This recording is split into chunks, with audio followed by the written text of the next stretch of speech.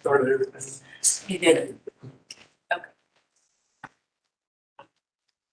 Okay, we'll go ahead and get started.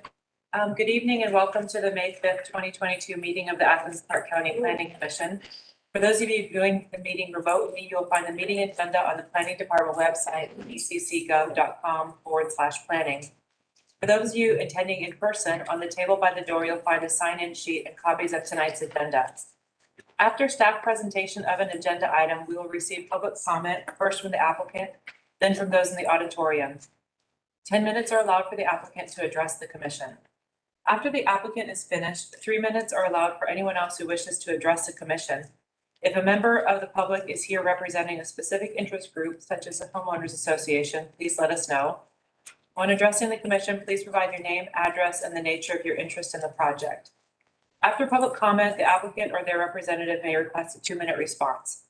For all speakers, a timer device near the projector screen will display an amber light 30 seconds before the expiration of the allotted time and a red light upon expiration of the allotted time. Once the public hearing is closed, the Planning Commission will proceed to discuss the item. We'll have no additional public comments unless requested by the commission.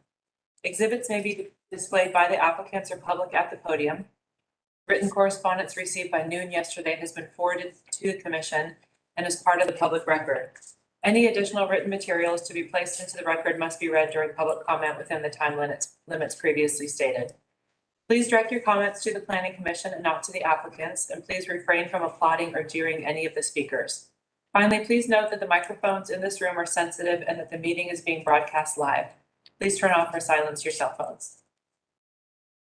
Okay, so we'll start with introduction of staff reports and other documents submitted to the planning. Could you please raise your voice a bit? Sure. Would anyone like to make a motion to introduce the documents? I'll do that. So move. And who seconded? Second. Okay. All in favor? Aye. And opposed? Okay, great. And next item is to approve or to review last month's minutes. Would anyone like to make a motion? Jim? I move that they be accepted. Okay, thank you. Second by Lucy. All in favor? Aye. And opposed? Great, thank you. Do we have any May courts report? We do not have a May courts report, but while I've got the floor for just 1 second, did want to introduce to y'all Stephen Jaques, who is our newest planner that is in the comprehensive planning side. So he will be working closely with you. He comes to us from 4 years at the regional commission here. So he's jumped right in and busy, and we're happy to have him with us. So want to let you know who he was. Welcome.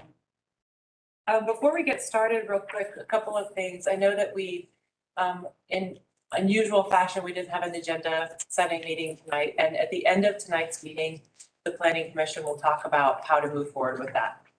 So we'll get to that after we review our 2 items. Okay, with that, we'll start with old business.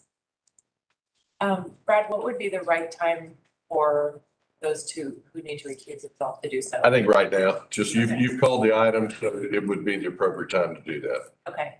Do you want to go ahead? So at this time, I will recuse myself. As the planning department knows, I'm a member of the applicant team on this project, so I will leave for. Great. Also wanted to read a quick statement. I did recuse myself from this item a month or when we saw it last. I'm not recusing myself from participating in the discussion of this agenda item tonight. So I'll just tell you why. I'm not recusing myself for participating in this agenda item where the applicant has spoken with my employer, the Athens Land Trust, about possible below market rate units in their development. Looking closely at the statute, I do not fit the definition of having a property or financial interest in such agenda items. The statute explicitly defines property interest as having direct ownership in whole or part in the property. Financial interest is defined as having ownership interest in a business entity with a property interest in the property in question. I'm not recusing myself because the community land trust model approach to working with the developer to create below market rate units does not financially benefit a land trust or its employees. In fact, one might argue the opposite. For this reason, I'll be here for this agenda item. I only recused myself last time because I didn't have enough time to do the research on the statute. Okay, so we'll start with the staff report. Okay, this is 1010 Oglethorpe Avenue, and this was before you a couple months ago for preliminary comments. I'm sorry, I'll try to speak up on that. So this is 1010 Oglethorpe Avenue, and this is a master plan development tonight. You had a preliminary plan development a couple months ago for comments only, and they're back now for recommendation from the Planning Commission. So the request is to go from RS8, single family residential, to RS5 PD, single family plan development. Location map, you can see location along Oglethorpe. It also has frontage on Nottingham Drive. And the aerial photography showing the existing house on the property now, the large, basically large single family lot right now. And then the traditional neighborhood future land use, that's the current future land use. That's not being changed with the request. And then the zoning would go from RS8 to the RS5 PD. And so the request is to zone one parcel from RS8 to RS5 PD for a higher density residential development. And it does include some multifamily dwellings and several waivers. And that's the reason for the plan development designation, to allow uses not normally allowed in the district, as well as waivers to ordinance standards. So the current single family use, the house is surrounded by RS8 and RS25, other single family zoning districts. By right, and this is a ballpark figure, you have to have frontage without a PD. Each lot has to have road frontage and subdivision less than 2 acres. So we figure about 7 lots perhaps on this lot, on this tract. And so we think about 7 by right. And then the PD is proposing 24 dwellings. And it's a mix of single family and multifamily type units. They could be all owned. We don't really get into ownership or rental, but as far as how they're set up, 4 of them, there's 2 buildings with 4 on one lot and 1 building with 2 on one lot. So that way we have to call it more than single family as multifamily. That's just per the zoning ordinance definition. There's a 2-way private drive to Oglethorpe Avenue. So that'd be the main entrance with the parking lot. And then there's a 1-way exit drive out to Nottingham. There's also on-street spaces on Nottingham Drive. So again, the request itself, the zoning designation being requested is compatible with future land use. So we're not having to change future land use. This is considered a type 2 land development. So the map, site plan that was submitted, and the trees are a little different. Utilities had some trouble. They have to run utility mains to each of the house lots. That's a public utilities requirement. So to get the mains back to all the houses in the back, they don't allow trees in the easement. We have received a preliminary tree management plan that would work, that would, without these 10 trees, our arborist has looked at a conceptual plan that would still work, barely meeting the planting canopy, but would be okay without a tree planted waiver. There is a conserve waiver for the conservation. There are some trees on site. Our ordinance, tree management ordinance, doesn't allow the encroachments that are proposed in order to count them as conserved. And so that's another waiver request. And so anyway, there. Rick, can you point out the 10 trees that are? Oh, yes. Can you see my cursor? Yeah. So these are the 10 trees. There's a water and sewer easement now that has to go through that courtyard area. And So those trees have been removed? Yeah. And moved to another location? Plan without those trees, just placing them elsewhere on site. That did work out. If this is approved, we do want to, we'd like to get that as part of the package going to the Mayor and Commission as a recommendation. So we can get that into the actual set of plans that they see, going up to them as a condition of approval. Okay, so the architecture, this is the cottages, and I think about 60% of the dwelling units are cottages, and we're sitting on the north side of the track behind the house. And then there's also a bungalow. There's a couple of carriage houses, which is garage below, dwellings above. And there's this is something. The house will be turned into a duplex with two bedrooms and one bedroom, also used as common space for the community. And they call it a duplex, but actually we call it single family attached. There's two attached units, but each of them are sit on their own lot. It's back by the parking lot. We actually call that single family attached. Now that's another waiver because it doesn't meet the distance requirement from the surrounding neighborhood, but each of them are considered single family. Okay, so this is the house, basically. This is the quadruplex, the fourplex. And the idea here is to divide it into like townhouse style. There'd be up and down units, 4 of them just grouped together in a square. And so we are recommending denial. I can't point out enough that the design itself, we have no problem with. There's a bunch of waivers.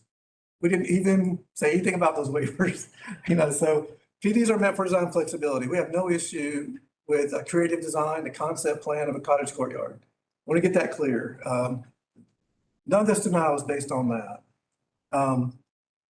And also we like to preserving the house. That's a great reuse of the house. It's an old house. It's historic value. That's great to preserving that. We do have some concerns. And so I want to point those out. There's very few plan development standards in 914 that sets up our plan developments. One of them is you go on Collector Street, and this one is, if you had some commercial uses in a single family zone, there's a limit on square footage for that. Another one is that if you're asking for a zoning district in a PD, the density needs to be normally compatible with the underlying zoning. In this case, I understand why we don't want to change the zoning. The density is more like an RM2 or right around RM2 or above, as far as if you counted bedrooms. And again, it's hard to count because under our ordinance, we have apples and oranges. We treat single family as lots. We treat multifamily as bedrooms. This is a mix. But that is a standard. We just want to point that out as a plan development standard.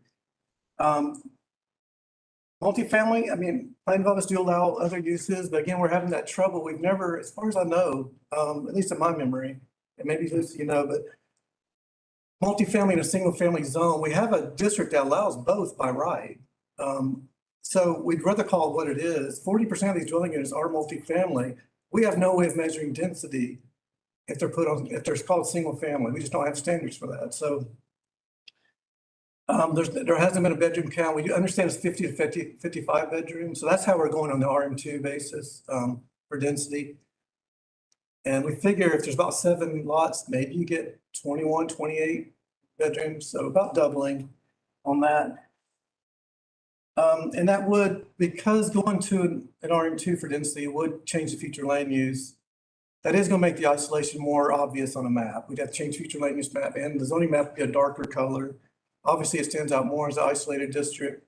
So we understand calling it something different than how we feel honestly it is, but we just feel like the requested zoning is just not appropriate for the density or the mixed use. And then again, we're allowing one developer the right, the whole area from, at least from Oglethorpe, Hawthorne, down to the Loop. We just don't have anybody else have a right to build multifamily units. We have single family zoning. If this was a true RS5 density on a collector road, again, we wouldn't have the trouble with the density increase.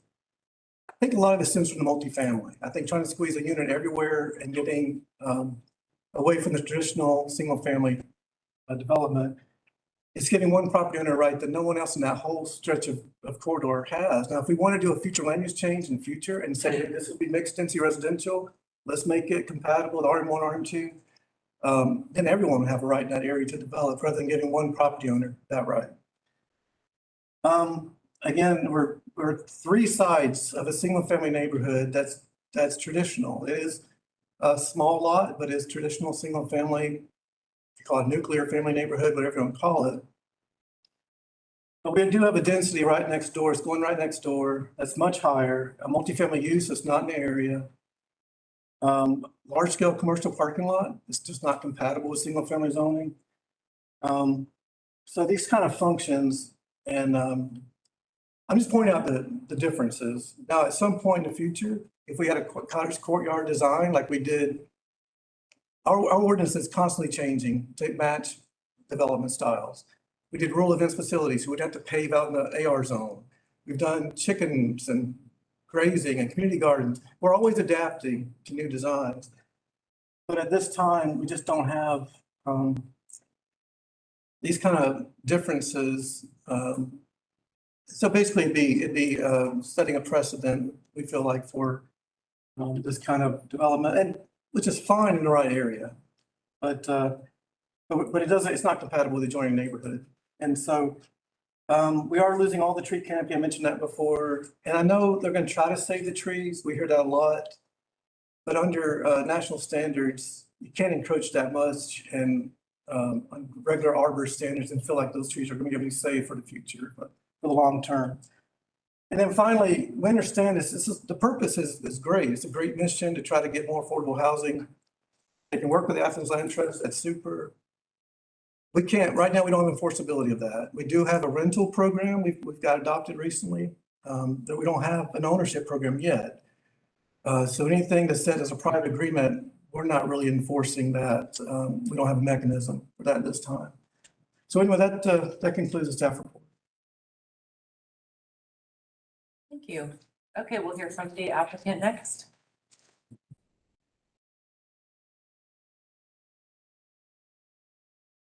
Good evening. My name is Joe Polansky, and I'm speaking on behalf of the 1010 Oglethorpe property owners, and then I will turn it over to Joseph Bates from the Smith Planning Group. In total, we've had 3 community meetings associated with our proposed project with over 80 individuals in attendance. Reaction to this missing middle housing proposal were expectedly mixed, especially since we're the first in Athens to propose such a project, but we are heartened by the success missing middle has had experience-wise elsewhere in the country. Some people were very enthusiastic and others were very concerned, and I expect that some of them will be sharing their concerns here tonight. The concerns that we've heard predominantly are about parking, traffic, and the possible property tax increases paving the way for gentrification. We believe we've addressed these concerns, but what strikes me from all of our community discussions is that most of these concerns apply equally, if not more so, to an as-of-right development of 8 to 9 large houses that would really smack of gentrification. Our goals are quite the opposite, and those who truly know us in Athens will attest to our loftier ideals. I've spent at least 8 hours at our 3 community meetings and going door to door, and I've heard some people say that they don't want any development on this parcel at all. But as I think we all know, that is not an option, and change is inevitable. The choice is simply between our project and an as-of-right project. What I have not heard anyone say is that they would actually prefer an as-of-right development, and quite frankly, neither do we. We consider this project to be thoughtful and progressive, and if 1010 Oglethorpe is not the appropriate place for it, then quite frankly, there are no appropriate places in Athens for missing middle housing, something we believe is sorely lacking and sorely needed. Thank you. I'll turn it over to Joseph now. Good evening. My name is Joseph Bates with Smith Planning Group, and I live at 180 Homestead Drive here in Athens. I'm honored to speak tonight as the applicant. Thank you for your time. Appreciate it. Next slide, please. I find it interesting that the subject parcel has a 1970s home on a large lot. You can see here from this aerial in 1950, this existing house was surrounded by farmland.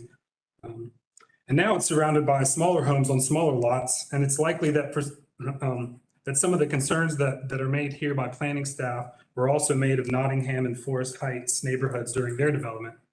Growth is the natural evolution of a good and vibrant city. There are 2 important points we would like to emphasize. This is the right project for Athens. This is good growth and attainable for the people of Athens and not just for the privileged few. And secondly, this is the right site for this project. Next slide. Oglethorpe Avenue averages 11,000 trips a day. This is a mixed-use corridor within the loop and a few miles from downtown. This is not a neighborhood road. Next slide. Approximately half the development along Oglethorpe is not residential. But we are proposing residential, but we're not modifying an existing neighborhood. We're proposing a pocket neighborhood adjacent to the existing neighborhood on a mixed-use corridor. Next slide. This site is walkable, no doubt. 1010 is within walking distance of schools, churches, medical offices, local restaurants, YMCA Bishop Park, and an Athens favorite, the farmer's market. Next slide. It's a reality. Families will live here with one vehicle. There are 3 transit routes along Oglethorpe. Basically, a bus comes by every 30 minutes. And with folks working from home these days and the reality of Uber, there's a good chance residents will not even own a single car. HUD recommends that housing plus transportation costs should be under 50% of gross income. And so by building middle income housing on this site, we can help families achieve that by reducing not only their housing costs, but also their transportation costs. Next slide. We believe this is the right project for Athens and much better than the buy right development option. By right, 8 to 9 lots could be developed. Using the Parkside project next to Bishop Park as a comp, the by right homes would range from 2,500 square feet to 3,500 square feet. And the latest home that sold in Parkside went for just under $700,000. We're proposing homes scaled to match the adjacent neighborhood. Units range from 350 square feet to 1,300 square feet. All in all, there is a slight increase in beds we're proposing, but most likely less square footage development than what would be done by right. These homes will also be less than half the cost of by right homes, providing attainable housing options for teachers who may work next door, nurses at the medical offices nearby, and waiters and bartenders at the local restaurants. In addition, this development is offering 3 units to be dedicated affordable, both at Habitat for Humanity and Athens Land Trust. By right, 0 middle class attainable and 0 affordable. Next slide. Concerning design, by right, there's limited control on architectural standards. No measure in place to save the existing house or existing trees. This development includes architect-designed homes that add diversity found in true, organic, traditional neighborhoods that were designed for the human scale before the auto-dependent world. And we also are going to save the existing home. This project will preserve the large pecan and maple trees and maintain a canopy since it's a planned development. Now, time doesn't allow to defend the point about preserving trees, but I think we've got a really good argument here. By right trees are not protected in RS zones, and there's nothing restricting the current owner from cutting down all the trees. Next slide. This project, at the request of neighbors, will incorporate an opaque fence and will set homes back 10 feet from the property line. By right, the 2-story homes could be 6 feet off the property line. We're proposing 1 and 1.5-story cottages adjacent to the existing neighborhood. Next slide. No community space is required by right. We're providing over 15% green open space with a series of different community gathering spaces, as well as a community room that will be in the existing building. Next slide. This is a few perspectives illustrating what the proposed development would potentially look like and what the by right development could potentially look like.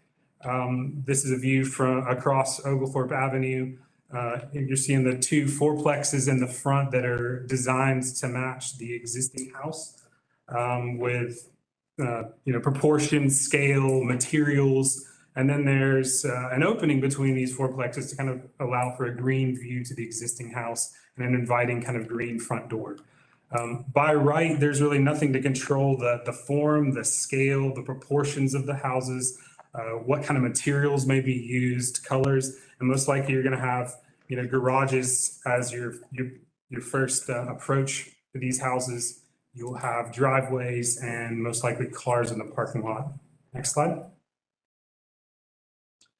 This is a view across Nottingham Drive. 425 Nottingham Drive is in the foreground. The proposed development is illustrating that the scale of the homes we're proposing is equal to what is existing on Nottingham Drive. And then by right, the scale would simply dwarf the existing houses in comparison and kind of loom over them. One thing to note here, since these renderings were made, we've agreed to put up a 6-foot opaque fence along the border of the Nottingham Drive, 425 Nottingham Drive, and actually the whole property line adjacent to Nottingham neighborhood. And that'd be a 6-foot opaque fence to kind of address their concerns about privacy. Slide. In closing, we have some thoughts on how to address staff's concern about multifamily units that we'd love to share. But with our 10 minutes, we thought it best to discuss and underline the choice we see here. By right versus proposed. What does Athens need? Housing for the privileged few or attainable and affordable housing for the common people of Athens? We've heard the concerns of neighbors about traffic, gentrification, and tax increases. And they're issues every city is facing, and it's really hard. But the by right alternative will exacerbate the issues for Nottingham and Forest Heights exponentially. What we propose mitigates this. This is a project as Athens wants, based on the comprehensive plan, the Envision Athens studies that have been done, and the money and the time that the citizens have spent. This is a project we should be proud to support. It's the right project. We believe it's the right location, and it will be good for this area and this neighborhood, and hopefully a type of project we'll see more of in Athens. Thank you for your time, and we're available for questions. Okay, we'll move to public comment. Is there anyone in the audience who wishes to speak in favor of this project?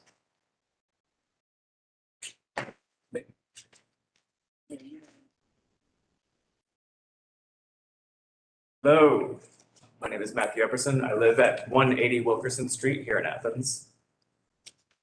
Dear members of the Planning Commission, I'd like to speak in favor of the development at 1010 Oglethorpe for this cottage court concept. I've lived in various parts of Athens since moving here in 2008, and always as a tenant. 5 Points, Cobham, Normaltown, East Side, West Side, off 441, pretty much you name it. Those 14 years, I've moved around 8 times. And when I heard about 1010 Oglethorpe and the attempt to create more infill housing that was inside the loop for around a $300,000 price range, I felt hope for homeownership in Athens. My wife and I are, in fact, this single car household that's kind of being described here. We're no children, we're dual income.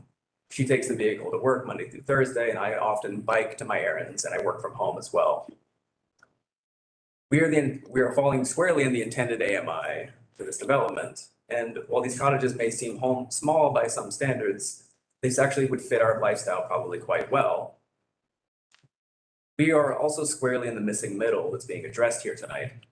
Homes that allow folks to walk, to bike, to drive, which are still affordable. Presence of common areas and green space, meaning a micro neighborhood, which would have a feeling that's often missing in other neighborhoods. And given the by right zoning of the development would allow fewer and larger units to be built, I applaud that this effort seeks to instead rezone and see more people on less land. To me, density means more future neighbors I can get to know, I can share a beer with after riding a bike ride together. I believe more infill housing is the future for affordable housing in Athens.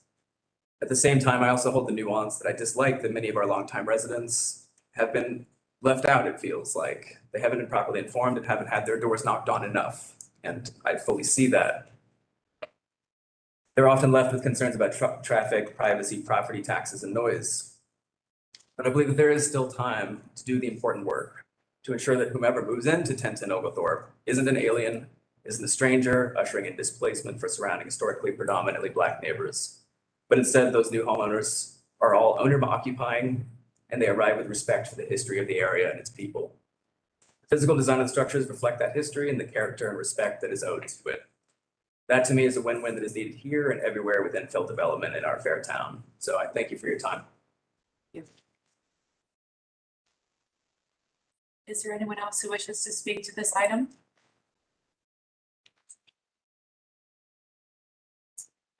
Thank you. We'll move to planning commission. Can I just, Opposition. you asked for in favor, you said first in favor, but I don't think you said in opposition. Would anyone like to speak in opposition to this item?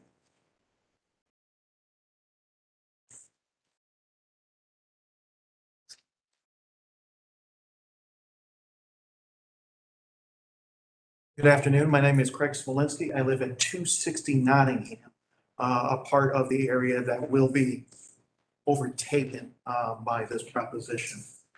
I'd like to point out that first off, when it comes to regards to parking, he mentions affordable housing. For his own slide, 3 houses are listed as affordable. On that slide that he showed up there earlier, it said affordable 3 out of 24 units. The rest of them were quoted to us at the last community meeting at the firehouse on Oglethorpe as being $200,000 to $250,000 apiece.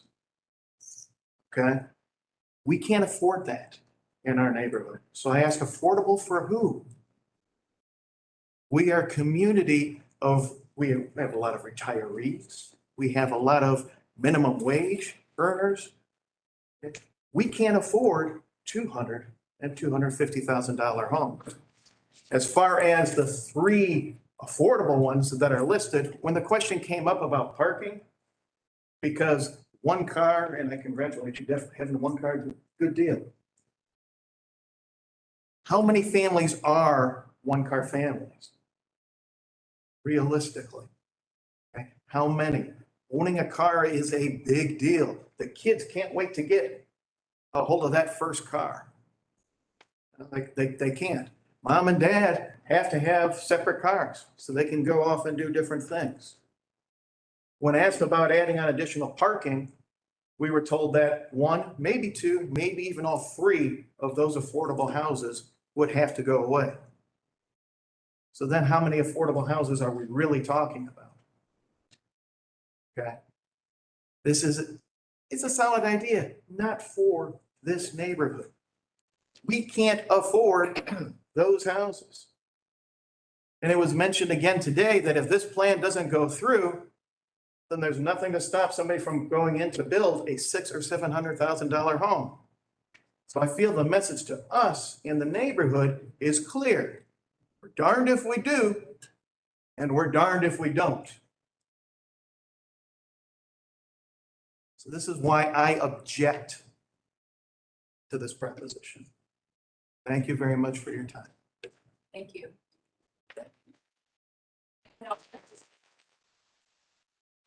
Anyone else to speak with opposition to the project?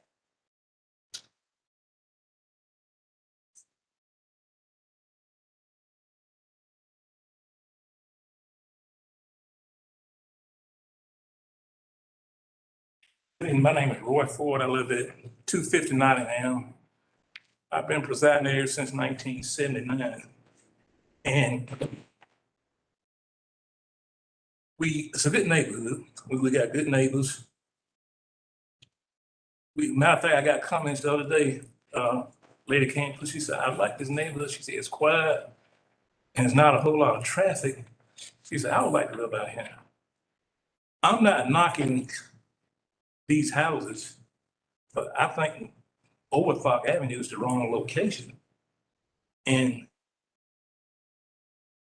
I just don't see it because traffic, if you don't live out there, you really don't know how the traffic feels. I mean, it's easy to say, well, so many cars come to the bay, but trying to get in and out and with Overclock School and the traffic, it's gonna be a problem.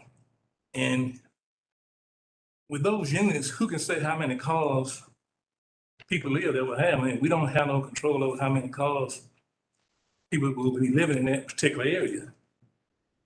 And I just don't see it. I mean, the only thing I see is problems getting in and out.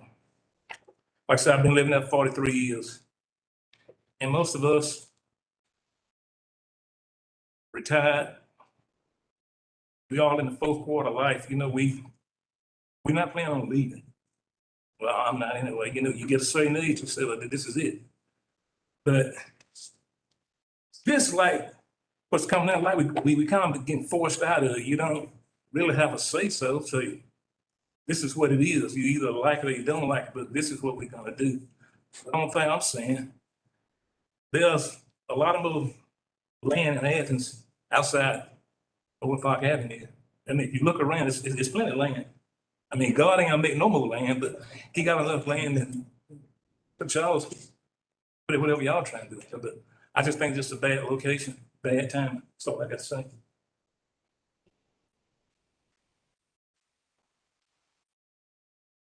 Anyone else wish to speak to the project? Or against?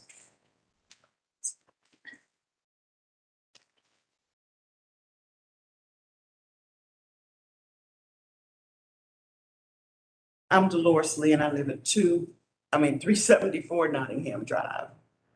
And here again, I've opposed it all along because of traffic, because of the community. We don't need a community center. And who is that community center going to accommodate? And you're saying if you put the other larger homes, I can't see a developer putting 6 larger homes, $600,000 homes in a community where the homes are only at $210,000. That does not make any sense to me at all. Why would somebody with a $600,000 home want to live in a community where the homes are only appraised for $200,000? It doesn't make sense to me.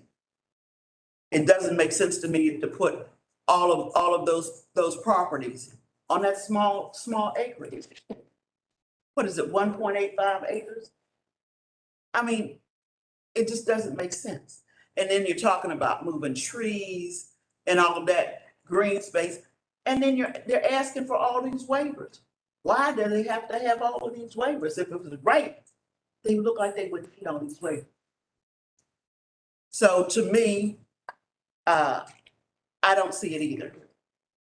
And I'm opposed to, and he said also, when he had his little diagram up there, he was saying something about some parking on Nottingham. We don't need any more parking on Nottingham. Why are you gonna block our street on Nottingham? Why do we have to have all that traffic exiting out onto Nottingham? It's a family community. You still have, believe it or not, we still have kids playing in the streets. But you're gonna put all this traffic back onto Nottingham to exit and enter. And here again, just like he said, we can't tell a family, well, you can live here, but you can't have a 1 parking space, or you can't have a 1 car. Who are you gonna dictate to? Is that gonna be in the agreement when they buy the house? Of course not. So why do that? You can't say that, oh, we only know that there's gonna be one car. It's not gonna work. It's just not going to work. And just like he said, when the children get old enough, they want a car. They want their own car. Most families, as he said, needs 2 cars. And of course, there is the transportation, like you said, the buses run every half an hour. A lot of people don't want to get on the bus. They don't want to take a bus. Bus schedules might not meet what they need to do. So it's not that convenient. It really isn't. So you're planning on putting all these lots, all these places on that one little small piece of land. Now, the houses that we have a little bit of land around us. We like our backyards and our front yards. And even when we have some things at our homes, when you get your children, your grandchildren's car and all that, yeah, we are all parked in 2 or 3 in our driveway, maybe 2 or 3 on the street. What are they gonna do? Where are they gonna park when they have their family over? How is it going to work? So that, with the parking, the space, and everything else, I just don't see it. So that's why I am opposed to this project. Thank you very much. Is there anyone else who'd like to speak?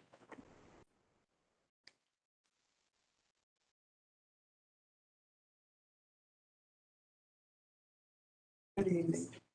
My name is Elaine Foss, and I live at 306 Nottingham Drive. And I am opposed to this project mainly because of I can foresee that this is gonna cause a lot of traffic spillover onto Nottingham. Because there's no way realistically you can say that each family is gonna have one car. And what about when they have guests? What about if the big house is gonna be used for a common area where people can have gatherings? Where are those people gonna park when they come? So I can just see this is gonna be, cause a lot of traffic on Overthorpe Avenue. The entrance, the first entrance into Overthorpe, people that live in that area, they're not gonna just always go into the second entrance to park. There's gonna be more traffic on Overthorpe and on Nottingham. So I just really oppose this project for that reason. The traffic. Thank you. Thank you. Is there anyone else?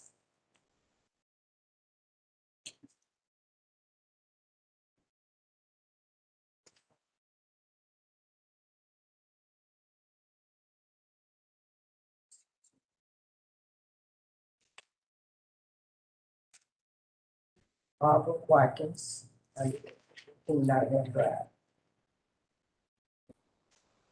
Like with the rest of them, I'm opposed to it too. Because, you know, you ain't got, there's no space there. But the thing about it is, my thing is, when people make decisions, they tell you ain't got no choice. They make decisions for you, but it don't affect them.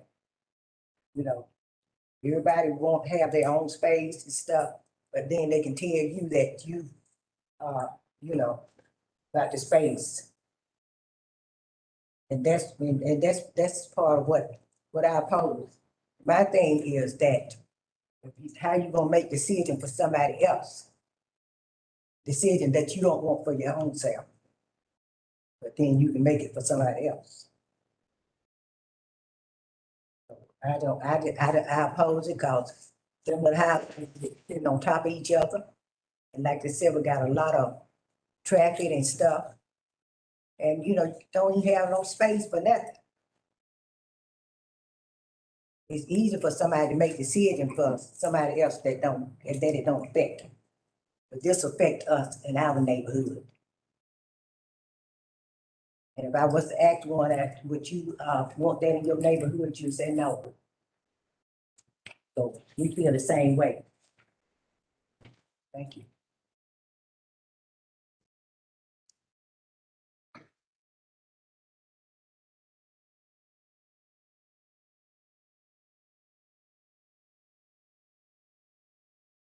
My name is Patricia, and I live at 285 Nottingham Drive, and I oppose this project also.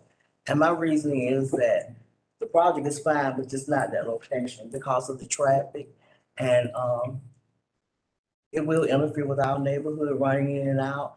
And plus our homes, most, like Mr. Ford was saying, it's mostly retirees and minimum wage people, and we just like our space. And I believe in change, and change comes, but right now we're okay, and we like what we see, and we like what's going on in our neighborhood, and we prefer to keep it that way for right now. And I could pray that you all find another spot that you can put your cottages and stuff, but I just think this is not a good spot. Thank you very much.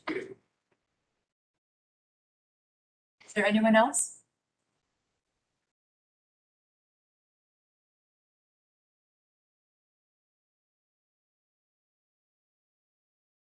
Okay, we'll bring it behind the rail to planning commission discussion. All right, Sarah, one, yeah, rebuttal from the. Oh, thank you. Would you like to take 2 minutes? Oh, thanks. Really appreciate your concerns. We've heard this time and again, and we understand. What we've tried to explain, and that's not changed, is that, I mean, as far as traffic goes, we're looking at, based on, you know, national standards, this would contribute less than 1% increase. Now, given this type of traffic, given this type of development, missing middle housing, and what we've learned through our study of it nationally, is that the people who are predisposed to coming here are philosophically predisposed to having one car, like this gentleman here. This is somebody for 14 years who has felt disenfranchised. And so when we talk about decisions being made that hurt other people, The people who are opposed to this are asking you to make a decision to help continue having people here in town feel disenfranchised. That's my feeling on that. Whether or not he can afford a $200,000 or $250,000 house or a $450,000 house, we intend to have homes that are in what is considered the affordable housing and the connotations that we all think of them in this country, affordable as in, Athens Housing Authority, that kind of stuff. We also have what's called attainable housing. And there are people who are on fixed incomes and they know when their commission or with my commission, I can grow my salary, I can grow my income. Some people working at the university, they can't. They know it. By such and such a date, I'll make a little bit more. And we have housing that they can afford. Could I discuss any others?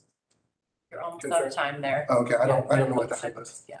Um, When it turns red. and then there was some other questions about traffic. We have traffic coming into the subdivision. We'll have to exit left on Nottingham directly back. So there's only one house there and it would exit left. So they wouldn't be coming through. So we are working to mitigate that. Great, thank you. Okay. Start with our planning commission discussion. Would anyone like to lead us off? Jim? I had a couple of questions about costs for the developers. In particular, there's been a lot of discussion about how property taxes would be affected. How much is this property being sold for to start with per acre? And how would the value per acre of individual lots be affected by subdivision into smaller lots? And how much effectively would the cost of the land contribute to the total cost of the housing? So the cost of the land, we paid approximately what, 500 and 550 for the whole project. 550,000? Yes, total. And I'm not sure the rest of the question. I do know that what will allow us to build this and make it attainable plus affordable is this number of units. We've had people, civic leaders here in town that say we would really be opposed to you having less units. So from what you just said, that implies that each individual lot would be worth about $20,000. That is per dwelling.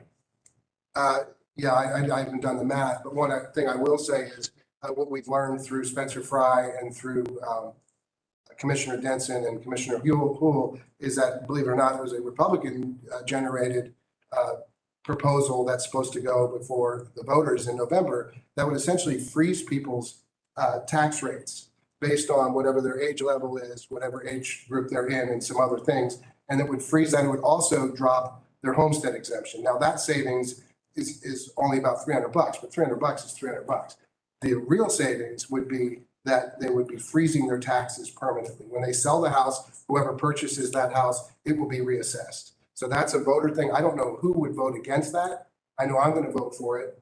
And I think everybody would love to see a tax freeze, especially for people on fixed incomes who are older. And so that was our expressly what we have said, a couple of times now, but as soon as we're done saying it, people say it's going to be gentrified, we're in trouble. And we're saying, but these tax breaks are coming and, we have no crystal ball to say that it's going to happen in November, but I think we could probably be pretty darn sure that this is going to be a really cool thing that probably should have happened years ago. I didn't really answer to his question. Can I clarify on the land value? So, yeah, the land value was 550,000 to buy the land, but to develop it with this kind of density will take site costs that we're estimating around $1 million. So that significantly increases the value of each of these units. Does that include the structures themselves or just preparing the land? Just preparing the land. The stormwater infrastructure, which is a relatively large underground detention facility, as well as the parking, the water, the sewer main, the grading, et cetera, et cetera. Just wanted to clarify. That's another $40,000 added to the cost right there.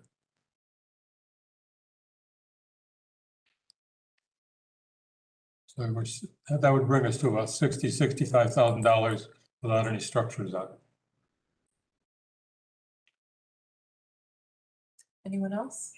I'm not sure I get your point, Jim. Well, there's concern about taxation Gotcha, and, okay. and costs going up for people in the neighborhood. But it helps to know how much the cost of the raw land and or its development will contribute to the cost of a house. Okay. And so would the cost of development be $1 million if there were 9 fee simple lots? No, sorry, How much less would it be? significantly less. When you're not doing a dense development, I mean, it could be a fifth. You couldn't estimate how much. I mean, 200,000, just shooting from the hip. Total of 200,000, not 200,000 less. No, total of 200,000.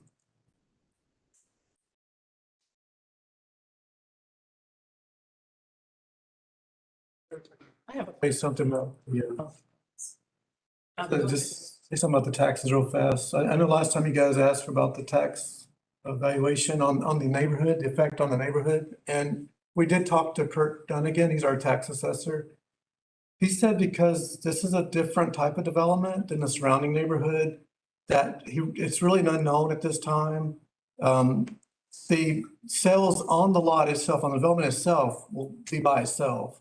Now, whether this will have beneficial or detrimental impact on the neighborhood, we won't know until sales start happening in the neighborhood. So he said basically, but he's not going to compare sales on this development with sales in the neighborhood. It's 2 different types of development. Monique, did you want to? Yeah, so this is my second time reviewing this proposal. And one of the questions I have is, has there been any evaluation on how the existing layout can be modified to allow for more accessibility with regards to traffic?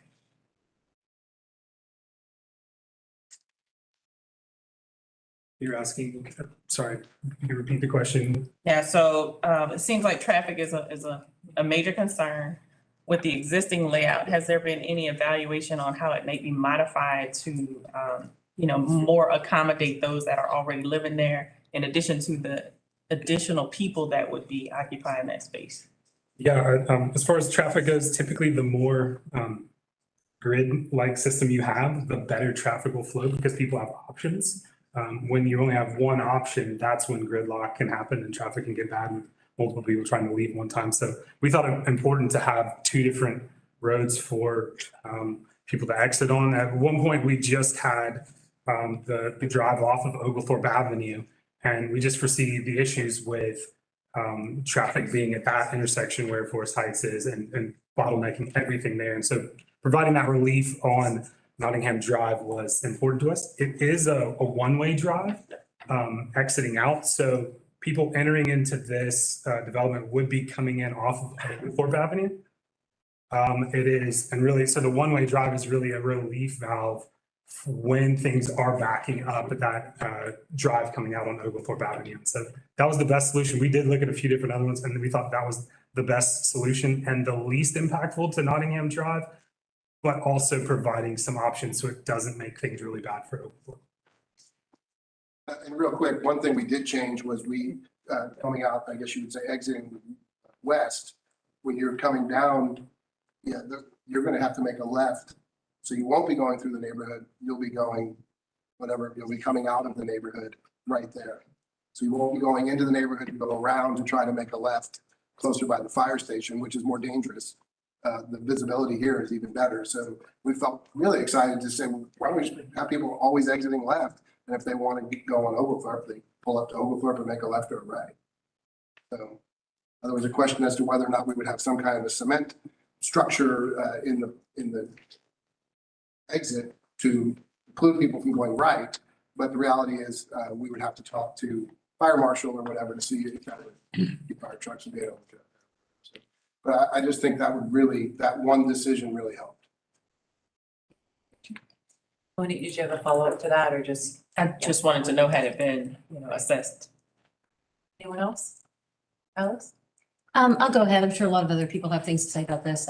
This obviously is a really unique development. We haven't seen anything like this. We have seen a couple of cottage courts that neither of which has come to fruition and one of which is not going to be a cottage court anymore. So I guess I just wanted to address a couple of things just for my own feeling about a development like this. I understand the feeling that it's very dense and perhaps having those staff is somewhat, they're correctly, but also in some ways confusingly calling multifamily units. These are units that are intended to be attached single-family units, which is a little bit different from what we think of when we think of multifamily, apartments, that kind of thing. The fact that the way we measure density is by bedroom as opposed to unit says a lot about the constraints we have in a college town like this. So many of our developments get built with the idea of students in mind. So we're just really trying to figure out how many students are going to be living in that, that development. One of the commenters asked, and I really appreciated this because I noticed this in the comments that we got today. I think it was part of the comments that I read through today. Would you like this next door to you? I do have to say, and not that my own subjective opinion rules everything in terms of how I think about this, but I do live a block and a half from Parkside Normaltown, which is the by right, big old $600,000 houses. I would much prefer this. I would have much preferred this. The amount of green space, the houses more, closer to the size of the houses that are just down Sunset Drive and Clover Street from Parkside Normaltown. That is the only reason I can really tolerate it is that it does face Oglethorpe, and I live a block and a half from it. So it's not the same thing as these people who are going to live across the street or right behind it, or but I just know that this land will be developed one way or another. I would infinitely prefer this kind of development from what we see at Parkside Normaltown. Not only aesthetically, this is prettier than Parkside Normaltown, but also because of the housing options, and we need them so badly, and we need them in this part of the city. Change is hard, and I've walked back around down Nottingham Drive and around that neighborhood a bunch of times since I've lived in that area. It's a great, if you want a little, extend your walk a little bit if you're going down Oglethorpe, that's a great, place to go through. It's a pretty neighborhood. It's trees and nice houses and front yards and all that, gardens. But I am inclined to support this proposal. I do want to, if I say inclined, I'm a little fraught. 13 waivers is a lot, no question. We don't usually see that many waivers for PD. However, I think that those are necessary because we don't yet have our zoning code set up to accommodate these kinds of missing middle housing. If we had a zoning code that was more form-based, more form-based, then I think we could see this as a small single-family neighborhood with small units, with a mixture of people can live there.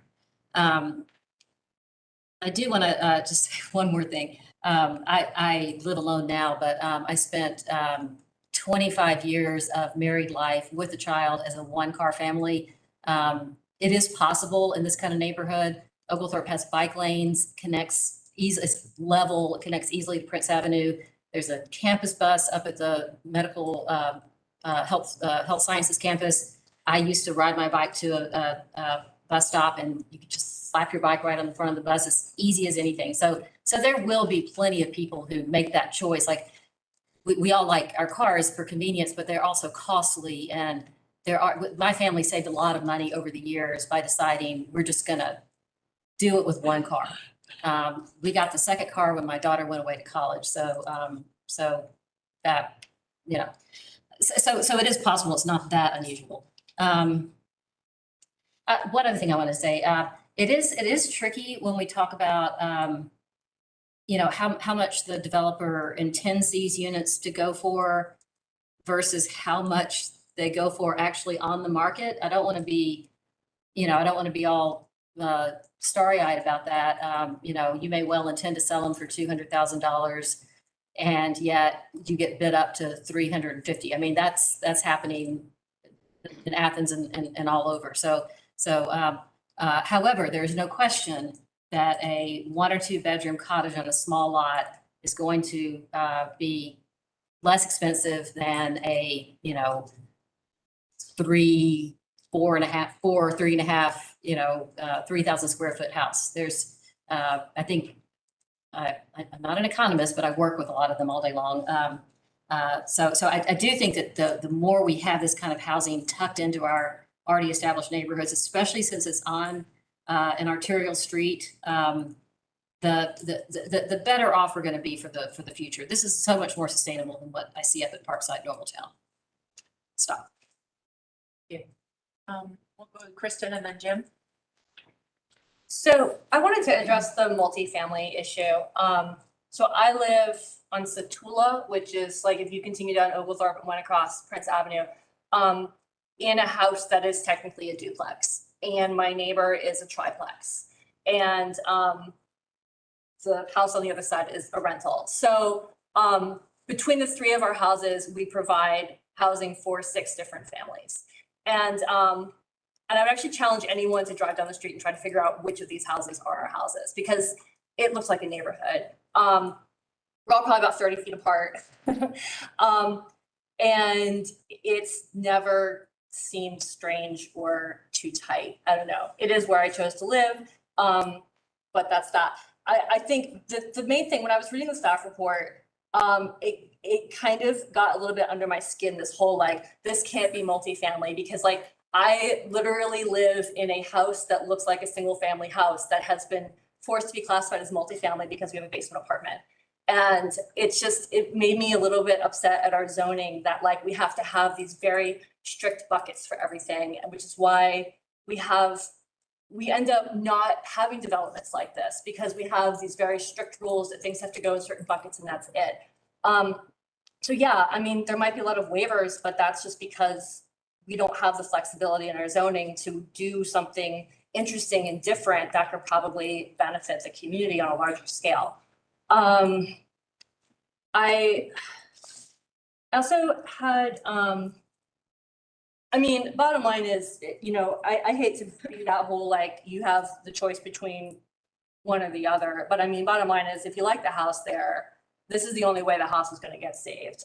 You just need to look up the street at Parkside to see that without a development that's taking into consideration the surrounding neighborhood and the fact that people want to live in this place without massive houses, a by right development is going to maximize the square footage.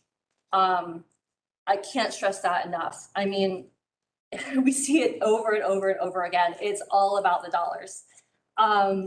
So I'm just saying, like, pick your poison. It sucks, but like, that's just the way it is. And we hear too a lot about these types of sort of cottage court style developments where you have a mix of housing in different communities, and we hear about how successful they are. And I just don't understand why we can't think this might be successful in Athens too. We just need to give it a chance.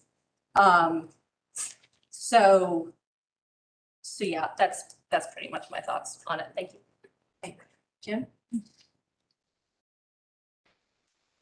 I have some mixed feelings about this project. I agree with the neighbor's concern about density. But on the other hand, there are so many innovations in this project that will introduce things that we really need in Athens to retain a missing middle or create a missing middle. I grew up in an older neighborhood in Detroit, which was probably at least 40 or more years old when I was growing up.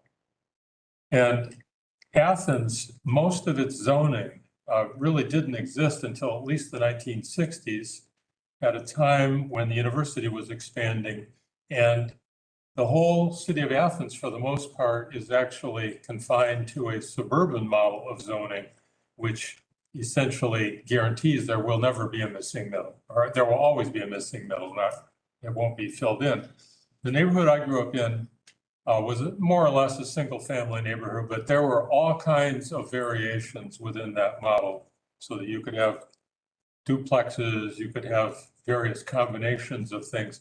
And in older cities, the zoning that existed from 40, 50, 60 years ago would have made that possible. We eliminated it by going to a suburban model when we instituted zoning. And so we really put ourselves in a box. And the neighborhood I grew up in is probably not dramatically different in quality from the neighborhood of those of you living on Nottingham and off of Oglethorpe.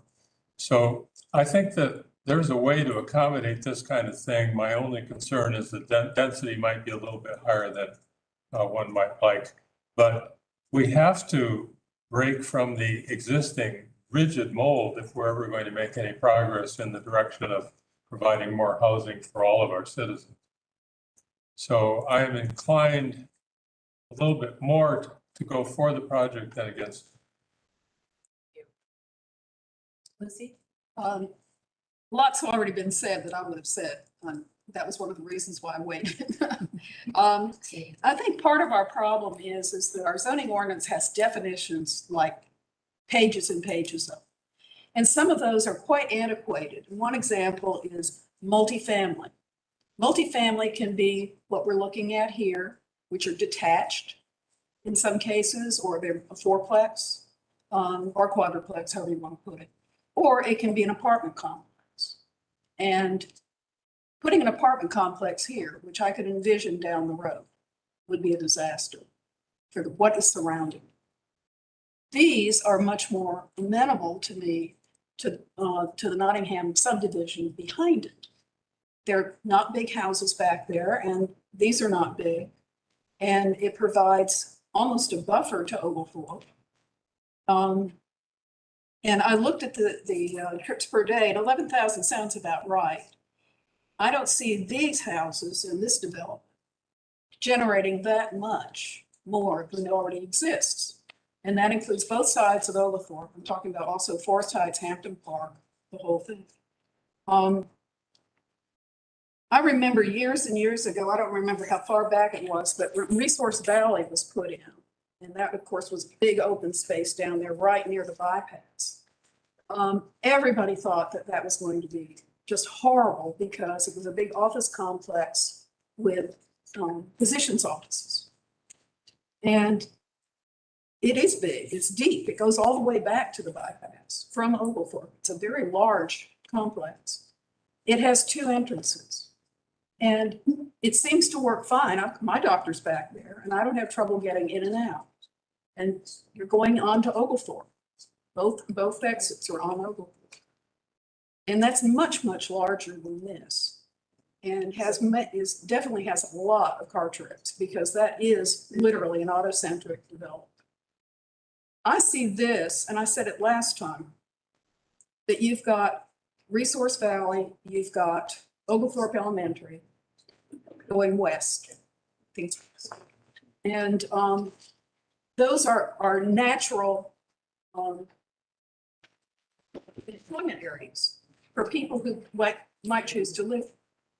As a matter of fact, if I worked at Resource Valley, for instance, and I was looking for someplace close by, this would be very attractive to me. Like Alice, there's a lot of much worse and much more expensive projects on the Oglethorpe. Not but a half mile away, right? Just on the other side of Hawthorne. Yeah, just on the other side of Hawthorne. Hawthorne is an employment area. It's an employment corridor. And parts of Oglethorpe also are employment because you've also got the medical school. It's not actually the medical school. That's the complex. Is that whatever it's called. And then Prince Avenue isn't that much farther, and that's obviously with the hospital and other, that's also an employment corridor. So this is a small number of houses, fourplexes, duplexes, that kind of thing, that could serve as homesteads for people who are working in all these different areas or going to school or teaching at Oglethorpe. So I'm inclined to be in favor of this because I do think it's a good spot for it. And I do think that because it's got a homeowners association, and I'm not a big fan of homeowners associations, trust me. But they will have restrictions on what can be done here. And those restrictions, depending on how it's set up, can be reasonable or they can be, very picky. But I still think that that's a reasonable. I think we need, in our next update on our comp plan, I think we need to look at definitions of multifamily, number one. Got that? And we also, and form-based codes, who was it? Kristen, were you the one who mentioned form-based? You did. Form-based codes would go a long way to making subdivisions, or not subdivisions, projects like this look better. Just because the form is what is important. And also the waivers, somebody mentioned the large number of waivers. The large number of waivers are because we do not have this kind of a development in our code. Pure and simple. It would be so much easier for developers to come in if they had a part of the code that said, you can do a courtyard housing, and these are the structures you need to be able to build into a courtyard housing project. It's like Alice said, we've had a couple of them brought in and we were intrigued. We really liked them. And this is very common. This. Courtyard housing is very common on the West Coast, where land is very high, highly expensive. And they build them all the time by right. And I would like to see us have that in our code where a developer, a designer can come in here, have a piece of land, and they say, okay, we're designing this courtyard housing because we need it. And it is less expensive to develop and therefore less expensive to market. So I think there's a lot about this that I really like. And like I said, the waivers are not because they're doing anything egregious or trying to shove something through. I think it's because we don't have it in our code to allow it. Anyone else? I'm kind of like Jim, kind of torn between the two. Mostly because I've been a witness to it pretty much my whole life. You live somewhere for your whole life. Developments come in that tell you one thing, and then you're looking forward to it, and it never happens. And then you're disappointed again.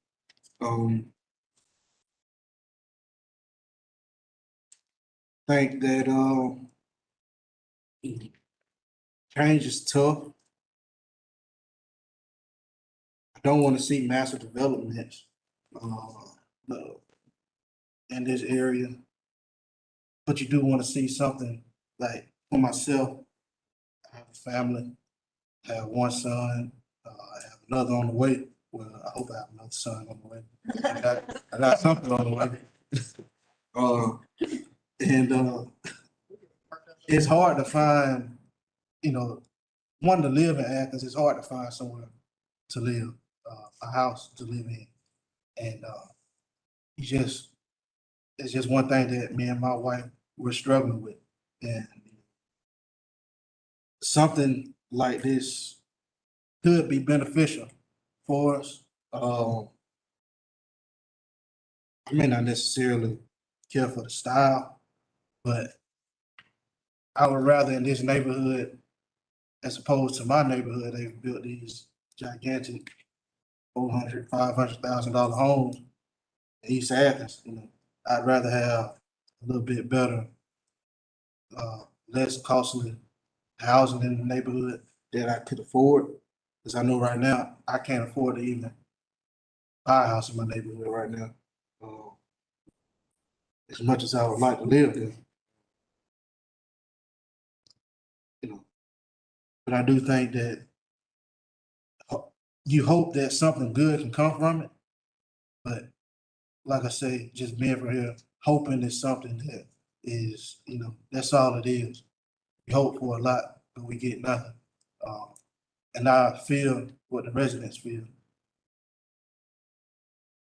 We talk about bills that are coming to pass, tax breaks, but that's all we can do is talk about it. Nothing has happened yet. We hope that it'll pass. If it does, I'll be glad to see something like this happen where, you know, our elders, their taxes won't go up. Save a little money here. And that's really what's important to me. I wouldn't mind something like this, but I would like to, you know, just listen to the neighbors and really try to work with them to see exactly what they would want. Because like we said, something is gonna happen. I don't want to see anything massive there, but I would like to see something that they would actually like to see there. So. Thanks, Taylor. Does anyone else wish to make a comment or a motion? Lucy? I'll make a motion to approve, and then on page 12, the staff has a recommended condition prior to mayor and commission consideration. The tree management plan shall be revised to remove all trees from the public utility easements and comply with the minimum planted canopy requirement. Katie? There was also the condition of homeowners association or an agreement in place. I think it was somewhere else in the report that something would be in place to I think either for the owner occupied thing or with the land trusts. Do you know what I'm talking about? Are you looking at the bottom of page 11? Let me check. Yeah. But that was not one of their one of staff's recommendations. That's why I was just going with staff recommendation. Yeah, could we get a status on the It may be because HOA they can't be enforced by the county government, so the county government doesn't want to get involved. I mean, they don't want to put something into a report or a petition that they can't enforce. I think maybe we need to get a second and then we continue discussion. I'll second. Sorry. No, Kristen's got it. I did one more tiny comment though, before we vote. And I do intend to vote for it, but I just wanted to make sure that those who are here speaking either in favor or particularly those against, this isn't the end of the line. There's still the mayor and commission. I would really encourage you, if you think there's anything about this proposal that could be changed that would alleviate some of your concerns, I would really encourage you to work with your commissioner they can be very effective working with the neighborhood because they represent you directly and also the developers. But so that I just wanted to, that's my public service announcement for the day. But I do second the motion. Okay, somebody did. Or Kristen seconded the motion. I did not second the motion. Okay, is there, Katie, did you want to continue what you were asking about, or is there any other discussion on the motion that's above? No, I think what she's talking about is the bottom of our staff page 11, where it said that we were asking for details about proposed measures of enforcement of the owner occupancy and the affordability agreement would be welcome with the master plan. However, staff notes that HOA covenants and affordability agreements would not be enforceable through this measure. Certainly not the HOA agreements, especially when we don't have them. If there's nothing in front of us to make a condition of enforceability and then they craft them and we're the ones responsible for enforcing them, we can't do that. and I was looking at page 3 and 4. The report states an intent to have a binding agreement with that was, all right, thank you. Yes. I think I saw it wrong. Any further discussion? Okay, so we have a motion on the floor to approve the item with the condition as noted by staff on page 12. Okay, all in favor, please raise your hand and say aye. Aye. And opposed? Okay, thank you. And just to reiterate what Alice said earlier, to be very clear, the planning commission makes a recommendation to the mayor and commission to approve or deny. The buck does not stop with us. It's a recommendation. So if you wish to speak to this item and have an impact on it, then I encourage you to continue to submit your public comment, show up to meetings. And this, I can't say exactly when this item will show up on the agenda for the mayor and commission, but within the next month or two. It should be on their agenda setting meeting, third Tuesday of the month of May, with a vote taken by the mayor and commission, or at least them hearing the item in a public hearing setting on their first Tuesday of June regular meeting. Okay, great. Thank you. Before we move to the next item, can one of you grab Matt? Oh. He's been here for an hour and 20 minutes. Watching the whole thing on YouTube. Please caught up on his email. Put it on YouTube. Over there. Yeah, you can, that's fine. Okay, and we'll go ahead and start with our staff report. This is for agenda item 2 at 110 Wells Road. Okay, 110 Boyles Road, this is another planned development that you saw a couple months ago for comments, and this is for your recommendation as a master plan development. The proposal is from employment industrial to employment industrial plan development. You sharing screen?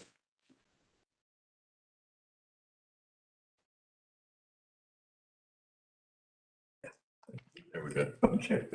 All right, so 110 Boyles Road, PD, from EI to EIPD. This is the location map on Boyles Road. You see his existing industry there. And so this is about an expansion to that industry. There's a location map. And the property is rather large, only about half of it is actually being developed. So the part with the pond, all of that is not part of the plan development. We're just zoning the western half of it. Request, again, is expand an existing RWDC industrial development. There's a corporate office building being added. There's 3 requested waivers, and you saw 2 of these last time. They had mentioned coming back with a third, and they have. So increasing the maximum building height from 65 to 100. And there's nothing else back there right now. It's all industrial zone. It won't be adjoining anything right now. So whoever does develop in the future will, will know that that's there. So hopefully not deter any development, but increasing maximum front yard parking. All the parking right now is in the front. They propose to just keep the parking in the front. But you'll notice with the tree management plan, there's a lot of landscaping, extra landscaping being done to buffer that parking. It will really be hard to see it from the road. Also, a decrease of the minimum parking. You can see it's a major reduction. Our parking ordinance is based on a human-intensive industry. Nowadays, a lot of it's automated. If they feel like they can get by with 469, we're okay with that. So those are the 3 waivers. And so future land use, going over that, is employment's not changing. The zoning would just add the PD designation. We have the site plan, again, the office building in the front. There's a little addition also on the building. Extra parking in the front and some additional development on the west side. And they also provide some architectural schematics packet. So basically, we're fine. We're recommending approval without condition. They've had a lot of staff concerns we had before, but they've addressed all of those. Especially public utilities and our marshal. So we're recommending straight approval at this time. Yeah. Okay, we'll hear from the applicant next. Good evening, everybody. My name is Justin Crichton, and I'm a senior planner with W&A Engineering. Our offices are at 355 Oneida Street here in Athens. Like staff, the report summarized, I think, the request very well, and I won't add too much to it. Just briefly about the 3 waivers. So the request is to go from the existing employment industrials to a planned development on this portion of the site. And the 3 waivers that we're asking for. So the height, we're asking for relief from the height restriction, which is 65 feet in the employment industrial district. And Rick, if I could get you to go back 1 slide to show the architectural report, I'm sorry. Yeah, so the 2 portions of the building there along the left-hand side, those are the 2 portions that will be at 100. Everything else will meet that 65-foot standard. The reason that we're asking for that relief is because of the specific processes that RWDC Industries does on site, and they will need that extra volume inside the building to house that equipment. The second one is a reduction in the overall parking that is permitted. I'm sorry. We're going to place all the required parking between the right-of-way and Rolls Road and the building facade. So this is an old industrial site that they're expanding. We're trying to use the existing paved parking, which is along the left-hand side of the site there, and add some additional to it. The overall number of parking spots that we'll actually need based on staffing, shift work, and then just what the nature of the business is. It's not very human intensive, it's very space intensive. So we've talked to our applicants and came up with a number that we think will work, which is why it's such a significant reduction. But we feel like that's the appropriate amount for staff, for visitors, and company vehicles as well. The location of the parking also, in this location, will also allow us to keep the industrial type traffic, so trucks and trains, separated from the regular day-to-day office traffic, which could be a safety concern. So this configuration that's presented here really does give us the best possible option. So I really don't have much more to add. I'm happy to answer questions. I would like to note that with me tonight are Dr. Ryan Adelson and Tulio Berry, who are both with RWDC. And we're all happy to answer questions anytime.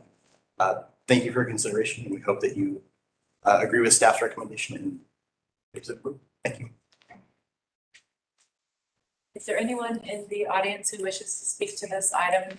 Start with in favor or opposed? Okay. We can start our discussion. Would anyone like to start? Alice? I guess I'll jump in since nobody else is. I'm very satisfied with this request. I think I agree with staff's reasoning about the waivers. I'm excited about the industry. I think the architecture is cool, but I'm not going to be, that's not on one of my running routes. I don't get all the way out to the industrial zone, but my colleague here works in the industrial zone, so she might. That's true. I think that I would like to, just for the sake of discussion, go ahead and make a motion to approve the proposal E 2022-01-243. I'll second it. Any further discussion? Question. So I was just curious, like, I mean, the renderings are cool and all. I was just wondering, like, there's so much vegetation. Is the idea that the entire thing would be blocked from the road? Like, what was the type of vegetation that would be along the road? And like, as far as the truck traffic, is the idea that they would go around the buildings and make deliveries that way, separate from like where employees would enter and exit? So as far as the planting plan goes, so the overall planting plan, you would be able to see the building somewhat from the street. I think it's a 3-story office building and obviously a very tall industrial building. But if you're driving by, it's not going to be very clear. So I'm trying to shield it somewhat, but it's not going to completely block it. And then as far as the truck traffic goes, where Rick has his cursor right there, so that's the truck entrance, and you see the rail spur there as well, the improved rail spur. So truck traffic, industrial traffic will be that direction, and then in front of the office, the proposed office building, that will be where cars park, and then staff can park in the existing lot there in front of the. I guess another truck entrance on this side, but. Right. That's the existing interest in it. Yeah. The idea is because the production and warehousing of the majority of the production will happen in probably the new facility, and the old facility will be used. It'll be utilized, but just not for the newest processes. All the industrial traffic will be to that side of the state itself. Currently, that large parking lot to the left in front of the new buildings with topography out there now, if you go by, it sits up at a point where it's kind of hard to see already in terms of the asphalt. Any further discussion? Okay, I guess we'll take a vote. So all in favor of the motion on the floor, which is to approve, please raise your hand and say aye. Aye. And any opposed? Great, thank you very much. Okay. Let's talk about the agenda setting meeting now, or do you have a report you want to? We can do it now under, or if you don't have a report, I'll just lump it in with all of my stuff. Unless you wanted to make it your report and then we can just have that conversation. Okay. Well, then I'll just, let me go through a couple just small pieces of information, then we'll jump into agenda setting. Report from Tuesday night, Athens Christian was approved with the recommended restriction on use as you all put together, as was Zaxby's, both approved. We have new appointments for the Planning Commission. Next month's meeting will be Jim's last after 10 years. I'll say farewell to him next month. But the two reappointees, Kristen was reappointed. She's got another 5-year sentence with us to spend, so we're excited. And then the new appointee to replace Jim, and I'm not sure I'll get her last name right, but it is Sarah Gehring, who's a local attorney here in town. And she comes very active in many of the government meetings. I've not met her yet, but I've seen her in a lot of meetings, so looking forward to meeting her. And they will both, you'll resume and she will start at our July meeting. Next month, we need to have elections for a new chair. So you may want to go ahead, and typically it's traditional that a departing commission member serves on that committee, but maybe one more person with him tonight, and then they can bring a report back to us next month in June. And then the last thing I've got on my list from a calendar standpoint, and I will send something out tomorrow on this too. The missing middle scan is ready to be presented to the community. The meeting has been scheduled. It was a little bit challenging because it's going to be a virtual meeting on WebEx because Tony from Opticos will be in California doing the presentation. It is on Monday night, June the 6th at 5:30. Scheduled to last until 7 o'clock. It will all be virtual. Our plan right now, it will be the members of the Mayor and Commission, members of the Planning Commission, and members of the Housing Authority Board will be the invited members that can participate and ask questions following the presentation. But we will also televise that on ACTV, we'll televise it through YouTube, and we will make a push between now and then with our Public Information Office to get some press release out.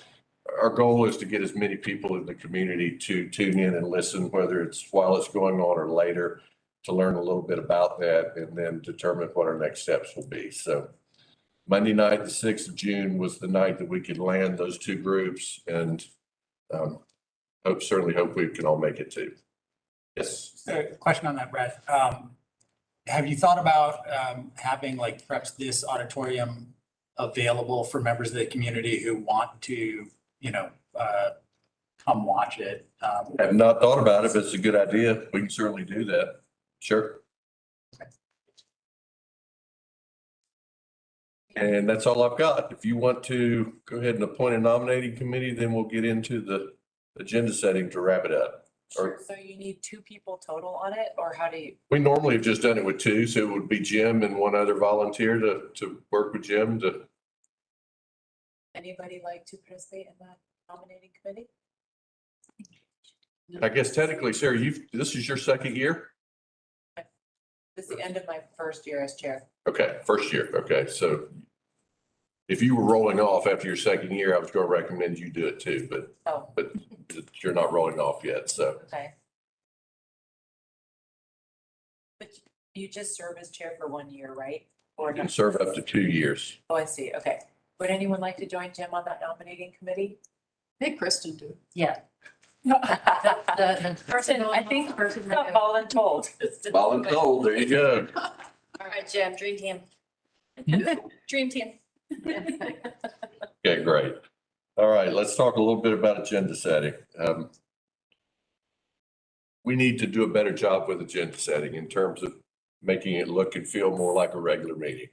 And so we tossed some options around, and I think one of the biggest challenges we're facing that's kind of insurmountable with the way we've done it for so many years is the location, being in that small room. Yeah, there are certain requirements, and I think that information, Lisa's forwarded that to y'all too. in terms of posting an agenda for that meeting a week ahead, in terms of doing some very basic minutes for each one of those meetings and adopting them, that's all totally doable by staff and we can accommodate that. The biggest issue is where to do it and when to do it. I think the most logical place, if we're going to do it in person, would be to do it in here. My concern with doing it in here, if we do it in here before the meeting at the same time that we have been doing it, which certainly is convenient from a logistical standpoint, but if we have items with large numbers of the community, they're not going to want to, nor can we ask them to stand outside. They're going to want to come in during the time that we are meeting unless we do it early enough and then take a 30-minute break or something. Because when they get here, they're not going to want to stand, they're going to want to come in and we're going to be in the middle of having a discussion. That's still an option that we can talk about. Another option we looked at, and Lucy sent out an email earlier, for years and years, we used to do it the day of the meeting at 1 o'clock. And then everybody would come back at 7 at that point was when the planning commission meeting was. And that was an in-person meeting. I think what we've learned through COVID, I think we could certainly schedule it either the day of the meeting or perhaps the Wednesday before the meeting. And maybe it just is a WebEx meeting for all of you all from 12:15 to 12:45 or 1 o'clock, somewhere where you could work that in potentially to a lunch hour.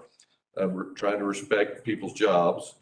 And then we would make this room available and we would advertise it accordingly, because members of the public can't participate in the meeting, but they certainly are allowed to attend and listen. So we could have it on the screen here if you're a member of the public, and I would afford the same allowance to the applicants for purposes of agenda setting. I don't think it's fair, since they can't participate either, for them to be on the WebEx at that point. But anybody that wants to listen can come here and listen.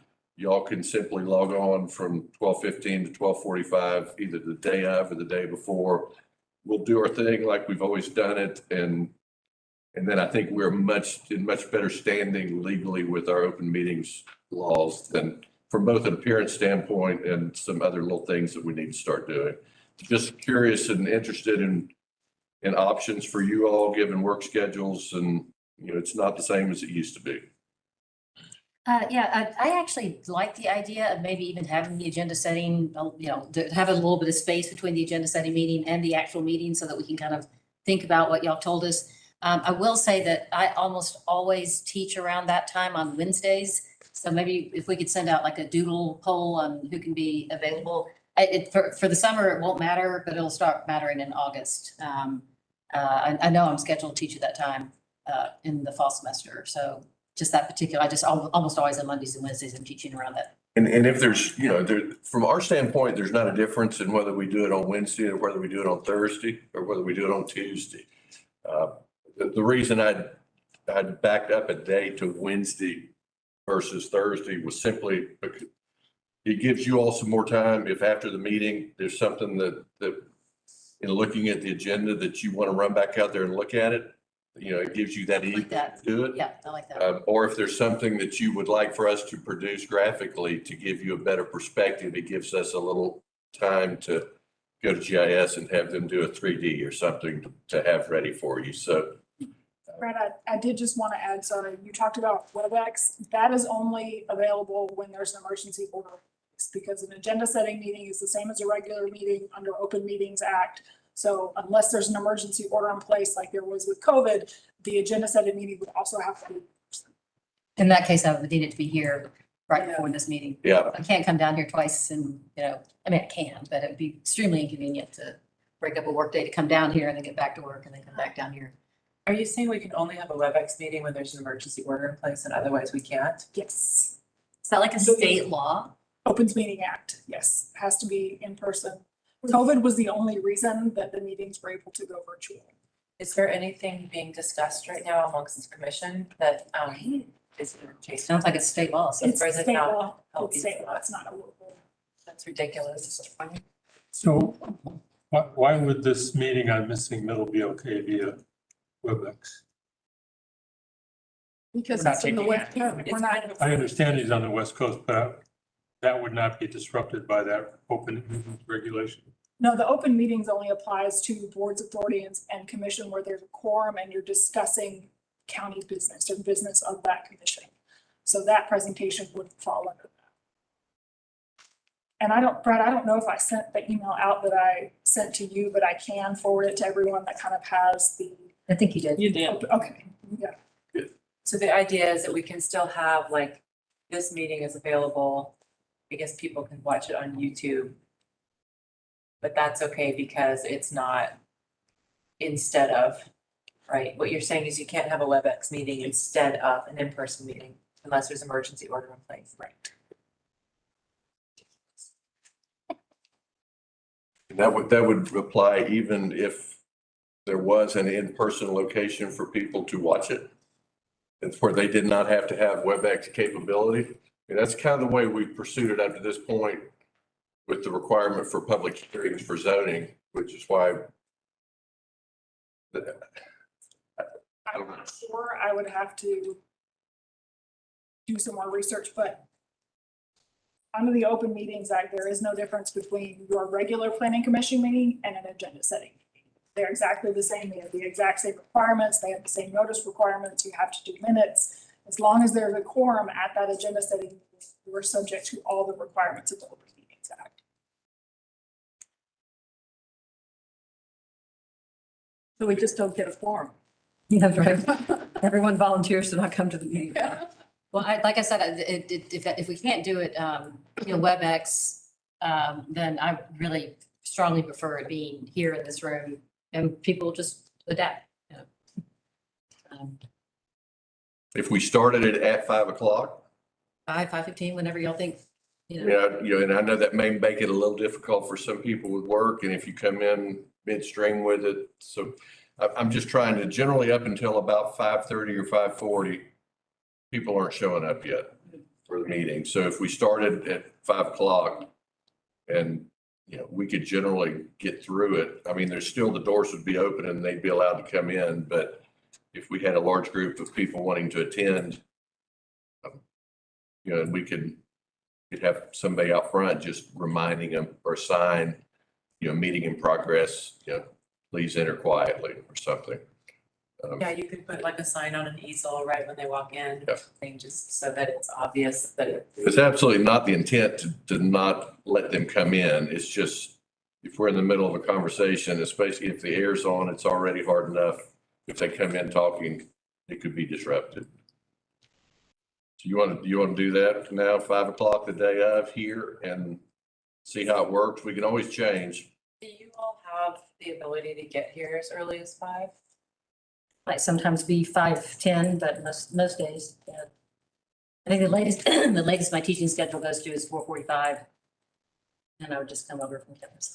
And I'm always absolutely available to any of you individually.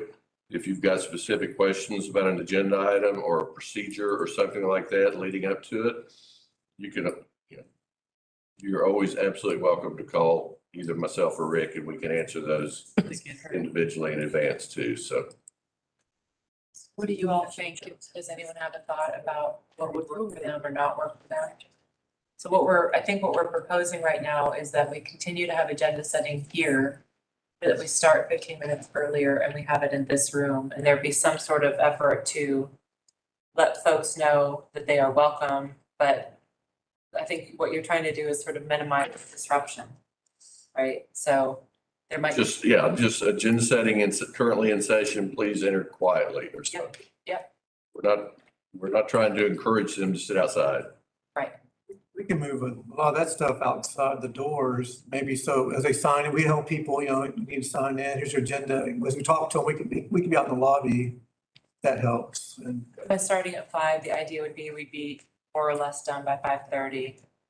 Try to be wrapped up. Certainly if, with the larger, if there was something that, procedurally needed to be discussed before large groups started showing up.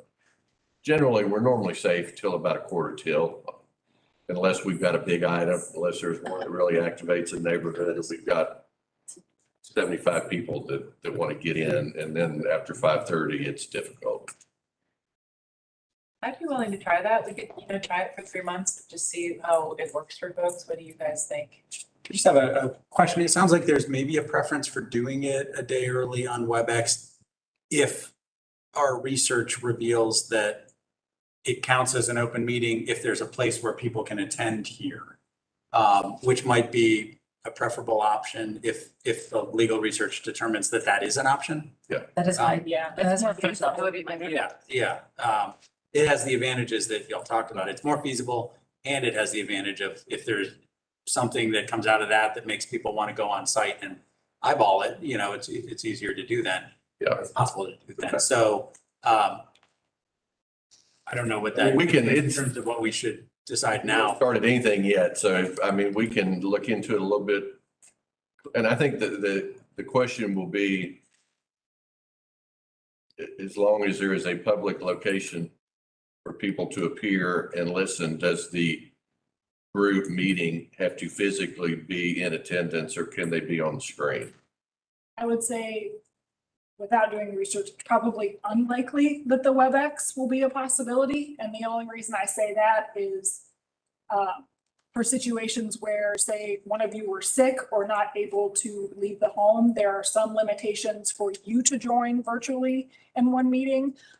But there are other times where, like, you actually have to have a doctor's excuse, or you can only do that twice. So wow. It's supposed to shoot the messenger. I'm just, No, that's, so Talk about it's nanny not, government. it's not likely. And unfortunately, with technology increasing, you would think that the legislature would say, oh, WebEx meetings are actually a lot more accessible to people.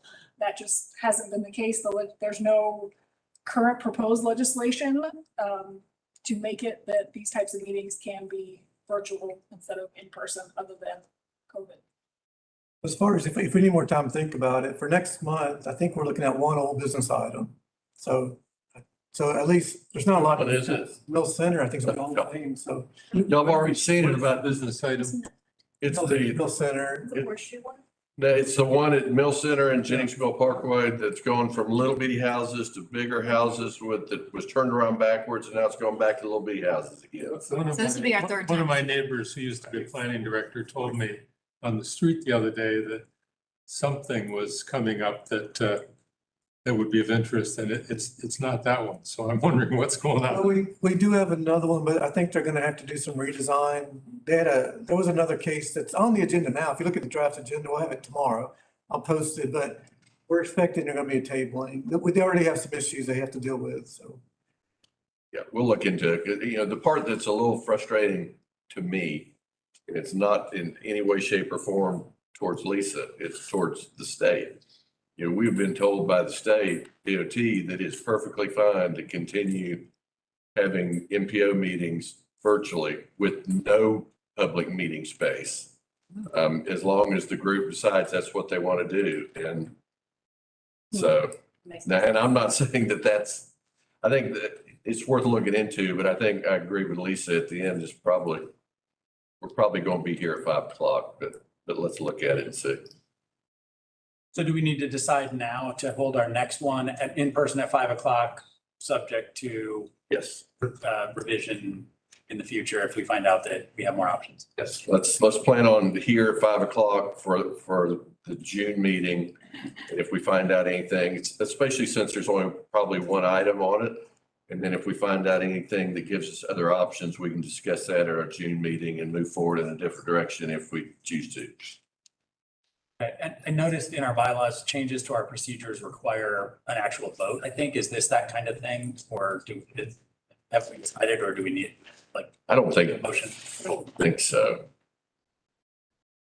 We'll look at that too. I would say changing time by 15 minutes and doing it the way we're going to do it next month would not require a change, because we change time monthly. As long as we post it on the calendar accordingly as what time it is, but okay. Look at the bylaws, make sure. All right. I have one trivia item. I couldn't think fast enough during the hearing about Oglethorpe, but in fact, $550,000 for the lot comes to about between $55,000 and $60,000 per unit for if you build 9 units. And $200,000 for the whole property to repair it comes to over $20,000 per lot. So the cost per lot of the building that you buy would be $80,000 above the cost of the building on that plan. On the multifamily approach, or the one that we just approved, it would be $55,000 approximately divided by 27. So it's about $20,000 per lot added to the cost. And then $1 million divided by roughly 25 lots, another 40,000. So it's about $60,000 per lot in addition to the cost of the building. So it's actually $20,000 per unit cheaper than it would be in the by right. So it does significantly improve the cost. Well, just remember the by right has probably above ground stormwater management. Pardon me? But by right would probably have above ground stormwater management. And yeah. And right, but if you built the same house in those two plans, it would cost about $40,000 more for by right than for the missing middle. And the underground stormwater management is going to be the big factor in this one. Yeah. And it's also assuming that it is a given, and maybe it is, but it's the original purchase price you were dividing in the lots also includes a house that comes with it. Yeah. There's a way to work that house into the by right. So. Yeah, I was roughing it out per dwelling unit type. Okay. Question before we adjourn. Has everyone who's on the steering committee for the comp plan update received that document that we can review it? Okay. Yeah, I see your junk mail. Probably. Yeah, I ended up, it was in my spam folder, Yeah. just to make sure. And I think we need to have comments in. So you know off the top of your head, Brad, when do we need to have those comments? When do you guys want the comments? I'd have to look at the calendar to know when. No, I'm not, we'll send something out to the steering committee. We will have 2 additional members joining the steering committee. That's per the state requirements and economic development. We had intended on Ilka McConnell, realized from talking to the state that the economic development rep could not be a staff member of the government. And so the chamber has asked Grant Whitworth to participate, and he understands what the role is. Then we are currently in conversation with the mayor. We need to have a commissioner appointed to it as well. So I don't have a name for that yet, but we'll have that before your next meeting. Okay. Anyone like to make a motion to? Make a motion, we adjourn. Second. Okay, motion second, all in favor? Hey. Aye. Opposed? Okay, meeting adjourned. Thank you. Citation. All in favor, so moved. You guys our papers? Cheers. We won't cite one if you want to leave them here. I know, right? This is a long story. I know, but it's like Friday is out. I didn't even want to do it. We could get that to pay them